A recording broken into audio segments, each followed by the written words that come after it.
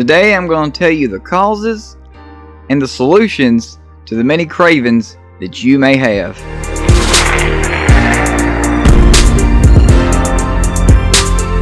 Welcome back to the channel, everybody. And if you're new here, and you like what I got to say in this video, before you leave, make sure you hit the subscribe button, that little bell icon, so that you don't miss anything new that I put out. Let's start off with sweet cravings. First of all, if you're craving sweets, you're burning sugar, not fat. But this is typically from a potassium deficiency.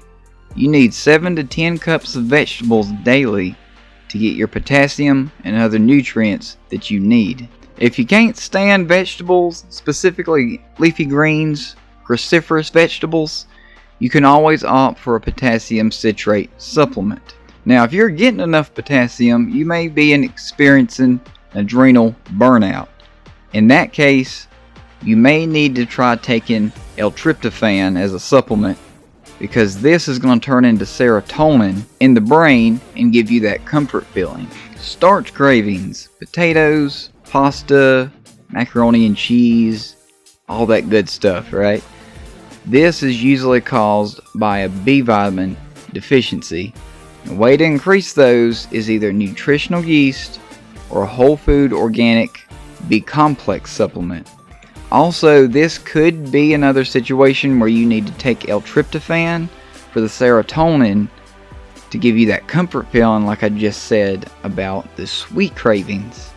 Because you got to think, these foods, they make you feel good when you eat them, so you need something to replace that response, and this is going to help do that. Salt cravings.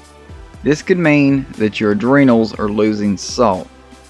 You want to make sure that you get a good high quality salt with potassium. So combining either the 7 to 10 cups of vegetables that you need daily with a good quality salt or a potassium citrate supplement. Now, I personally prefer Redmond's RealSalt. It's the best quality salt that I know of, and I'll have a link to that down in the description. Salt actually helps transport carbon dioxide out of the body, so this could help your breathing. And also, not to mention, being deficient in salt can make you feel unusually weak and tired. Fat cravings. Craving a lot of fatty foods like deep fried stuff and things like that. This could mean there's either a liver, gallbladder, or bile issue. You're not absorbing the fat soluble vitamins. There's 2 different things that you can use to help fix this issue. Now, you can either take bile salts, that would help a lot, or if those are a little too expensive, you can try taking ox bile. It's going to help you break down the fats that you're consuming a lot better, so that you can absorb those fat soluble vitamins. Either way you go, increasing your bile is what really is going to help this craving. Chocolate cravings. Craving chocolate could mean that the adrenals are burnt out and they need more serotonin, like I mentioned earlier with some of the other stuff. Now, you can try taking L-Tryptophan, because that will help, because it does turn into serotonin. But also, something else you could do to boost that is by taking a good magnesium supplement, because magnesium actually helps build L-Tryptophan. I'll have a link in the description to a great magnesium supplement that I personally use myself. Sour cravings. Craving sour things is going to be coming from a choline deficiency. Now, choline turns into acetylcholine. This helps with the sleep and wake cycles and helps the parasympathetic nervous system, which is what controls that, along with many other things. Now, the best remedy to help this is going to be adding more lemons into your diet.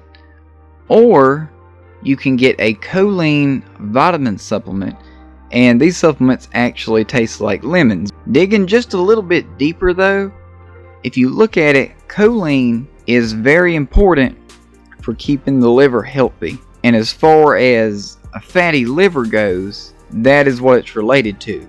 It's going to help strip fat off of the liver to get it in a better state, or if it's already in a good state, it's going to help keep it that way. So needless to say, if you have liver issues, this would definitely be a good thing to take. Ice cravings. Ice cravings can come from an iron deficiency. Pregnant women experience this very often. A good way to get more iron into you is going to be consuming more red meat, specifically a good grass-fed and finished beef. I don't recommend going out and getting a supplement because most of the iron supplements are in the form called ferrous sulfate, and that's literally little tiny particles of iron. You're not going to absorb much of it. It can actually cause damage in the body, and also it can make you very, very sick on your stomach. So just try to get more of it from your diet, and that should help clear up that craving. Coffee cravings. Now if you're trying to quit coffee, then a good thing to try out taking would be phenylpiracetam. This is a good supplement to try out if you're trying to quit coffee, caffeine. People have had a lot of good success on it. If you're trying to just cut back on it, then you don't really need this. But do know that if you're getting caffeine from things like coffee, green tea, stuff like that, that does deplete your B1 and calcium. So just keep an eye out for those symptoms of being deficient in those if you consume a lot of caffeinated things. Alcohol and drug cravings. Now for alcohol, a good replacement when you're trying to come off of it would be kombucha tea, because it has a similar frothy texture to it. Now there's a supplement called Dopa Mucuna. It's actually a type of African bean. A lot of people have had good success coming off of alcohol and drugs using this supplement. So try the kombucha tea for the alcohol, and for the drugs or the alcohol, try the Dopa Mucuna out. MSG, monosodium glutamate. Ooh, this is a good one. Now to make it real nice and simple, if you're craving MSG, increasing your potassium is going to help with this, but just know that MSG has a lot of bad things that it does. It's got a great concept behind it because it dilates the taste buds, but then it increases insulin by 300%. On top of that, it overexcites the neurons in your brain and literally burns them out.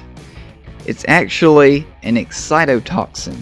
You can put this stuff in dog and it will make it taste good. That's what it's used for. All these food manufacturing companies, they're just making a bunch of crap. They can put MSG on it or in it and make it taste absolutely amazing. So please just check for like seasonings and things that you buy for this stuff. Because usually if you're eating something and it just tastes way too good, it could possibly have MSG. But yeah, if you're craving MSG, just increase your potassium intake, and that should probably help out with it. If you're experiencing stress eating, you're a stress eater, there's lots of people out there that eat when they're under stress. So many people deal with this or have dealt with it before, but a good thing to try taking is a Magnolia supplement.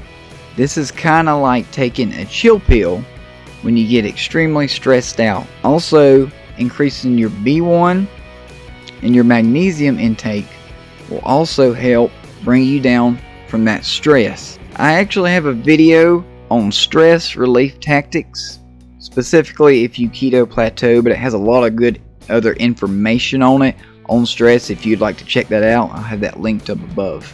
If this video really helped you out, or you just really enjoyed the information in it, make sure you smash that like button. If you haven't already, make sure you hit the subscribe button and the bell icon so that you don't miss anything new that I put out. Keep it keto, keep it healthy. I'll catch you guys later.